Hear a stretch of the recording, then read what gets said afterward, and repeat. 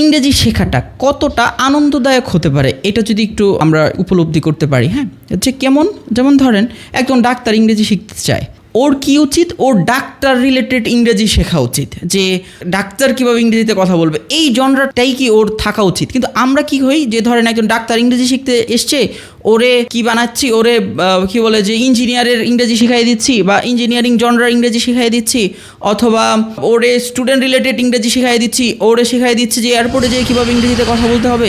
কিন্তু ওর জনরার বা ওর ফেভারিট জায়গায় আমরা নিয়ে যেতে পারি না। হ্যাঁ, কিন্তু ইংরেজি শেখা উচিত যে আপনারা যে জনরাটা আপনাদের ভালো লাগে, হ্যাঁ, যে আমার টেকনোলজি ভালো লাগে, তার মানে আমি ইংরেজি শিখবো টেকনোলজি রিলেটেড ব্যাপারগুলো, আমি ভিডিও দেখবো টেকনোলজি রিলেটেড ভিডিও দেখবো, আমি হয়তো কোনো আর্টিকেল পড়বো টেকনোলজিক্যাল রিলেটেড আর্টিকেল পড়বো, ঠিক আছে। আমার ইসলামিক ভিডিও দেখতে ভালো লাগে, তাহলে আমি মুফতি মেংকে দেখবো, হ্যাঁ, বেলাল ফিলিপসকে দেখবো, আমি হয়তো ওই ইসলামিক ভিডিওগুলো দেখার চেষ্টা করবো, হ্যাঁ, ঠিক আছে, বা ইসলামিক আর্টিকেলগুলো পড়ার চেষ্টা করবো। তার মানে ইংরেজি শিখবো যেই জনরাটা যার ভালো লাগে ওই জনরা দিয়ে ইংরেজি শিখি, তাহলে ইংরেজিটা আমাদের অনেক ভালো লাগবে। আরেকটা ব্যাপার হলো, যখন ইংরেজি শিখতে চাইবো, যদি কোনো একটা কোর্স করি, তাহলে আমার সবগুলো বন্ধুদেরকে একসাথে নিয়ে তারপর একটা কোর্স করলে এটা সব থেকে ভালো একটা ওয়ে ইংরেজি শেখার।